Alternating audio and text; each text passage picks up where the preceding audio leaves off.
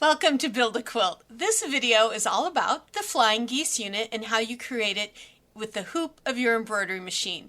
The Flying Geese unit is the perfect segment to give you perfect star points each and every time and other blocks as well. Let's take a look now at how it's made.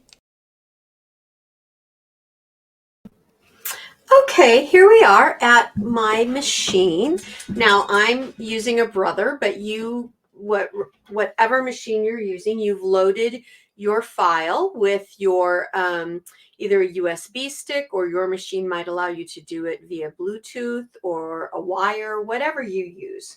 Let's just talk real quickly about fabric prep.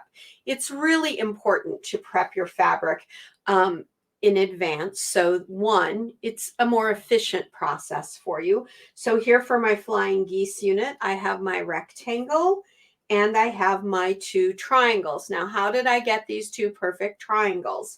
You're told in the instructions to cut a square, and then this is one of those times when you're told to subcut.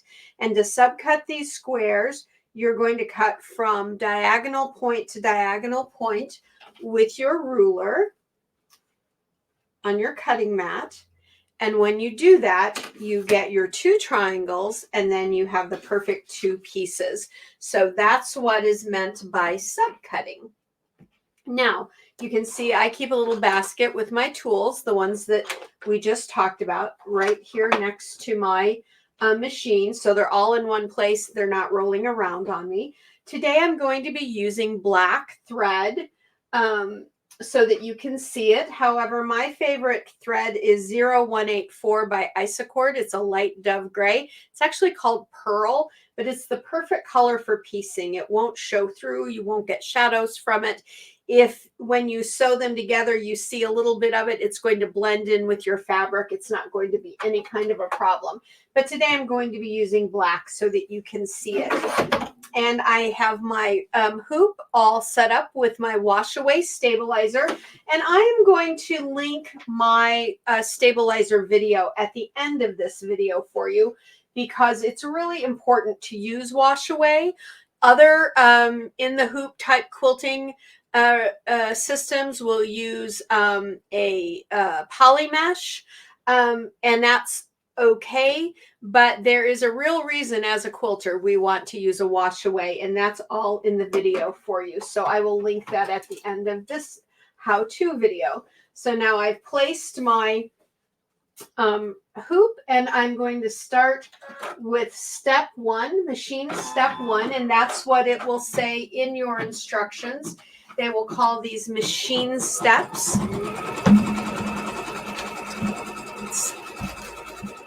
It's stitching out. Now, machine step one and machine step two on your Flying Geese unit is stitched directly onto your stabilizer. What it is giving you is an outline of the piece, and it's giving you a placement line. Step two gives you the placement line for placing your first piece of fabric. So here we go on number two. Excuse me.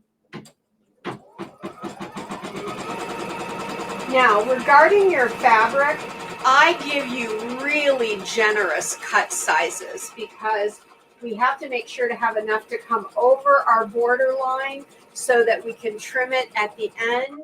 And I don't want you ever, when you flip your fabric, to be in a scenario where you don't have enough for the flip. So I'm going to remove my hoop a little bit right here so you can see it.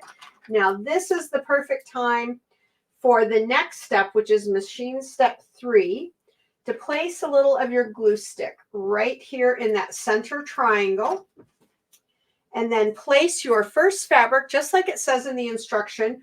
First pieces of fabric are always laid right side up. Now that's plenty of fabric, and you'll see that here in a second. Like I said, my cut sizes for you are generous, so that you don't end up, having problems on your edges and your flipping. So now this is machine step three, and it is tacking down our fabric number one. And you'll see that in your instructions.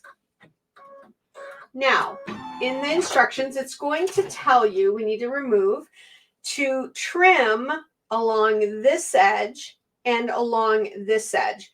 Don't trim beyond the boundary here because we'll trim that at the end when we trim the whole piece out of the stabilizer.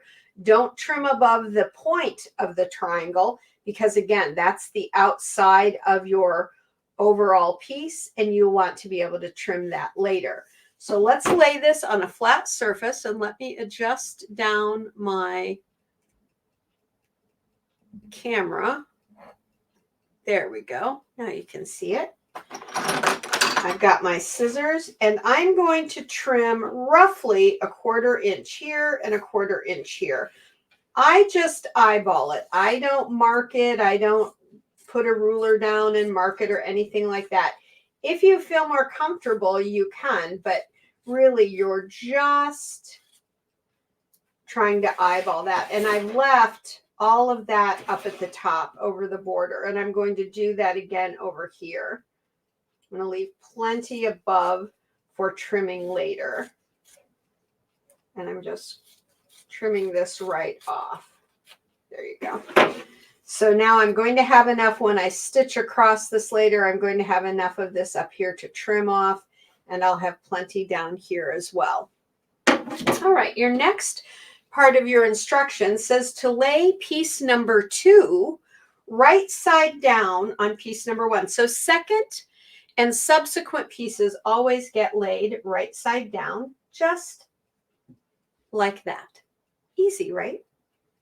Now we'll place this back into the machine. And let me bring this back up a little. There we go. And we're going to do machine stitch or machine step number 4. And I'll just hold my stabilizer down there a little bit so you can see it.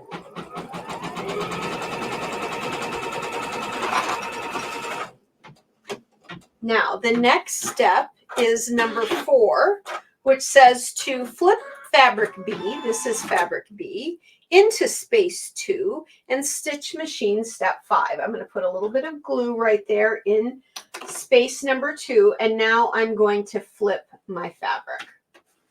And this is when you can use your seam roller to kind of give that a little press, or you can use your fingers either way. And now machine step number 5.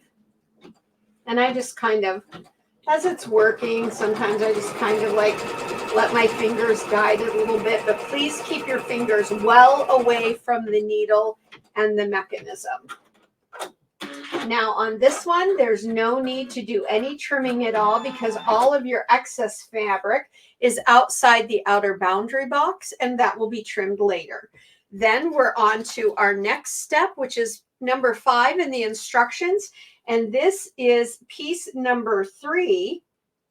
And again, it's your other triangle. So it's just like we did the last one. We're going to place it right side down, but on the other side this time. There we go. And now we're going to do machine step 6.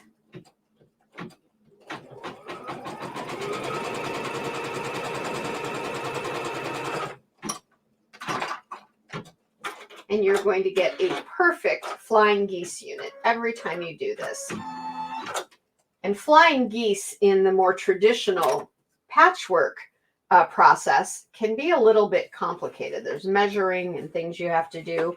With this, it's easy peasy. Now I flipped that. I put a little glue in there.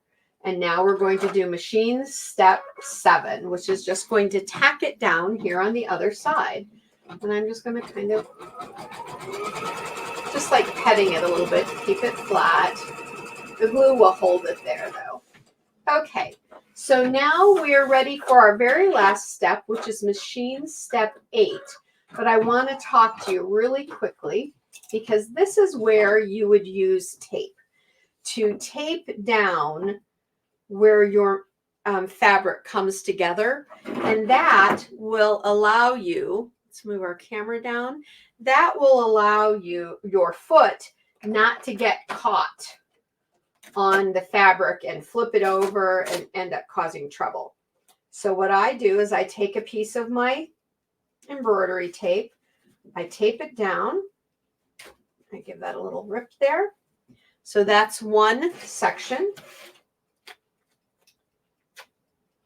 And I have 3 joining areas on the Flying Geese unit at the top peak and in the bottom 2 corners. So I have those taped. Now my foot, when it's going around to do our boundary box, which becomes our guidelines for sewing our segments together, it's not going to get hit. Let me see if we can move our machine a little bit closer. There you go. I think that's a little bit better. I had a little bit far away. Now we're going to stitch down the final machine step, which is machine step 8, and you will have created your first Flying Geese unit on your embroidery machine. See how simple it was? Just so you know, I'm using 700 stitches per minute, and if I were just doing this and not talking, my machine says it takes this 2 minutes to stitch out. So really quick and easy.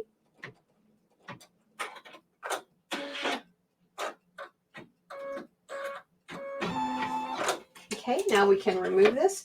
Now you'll want to remove your tape, and then you'll take the whole thing out of your hoop, and then we're going to trim these. Now, wasn't that easy? Thanks so much for joining us for the Flying Geese unit video. These next videos were chosen just for you. Quilt Life Beautiful!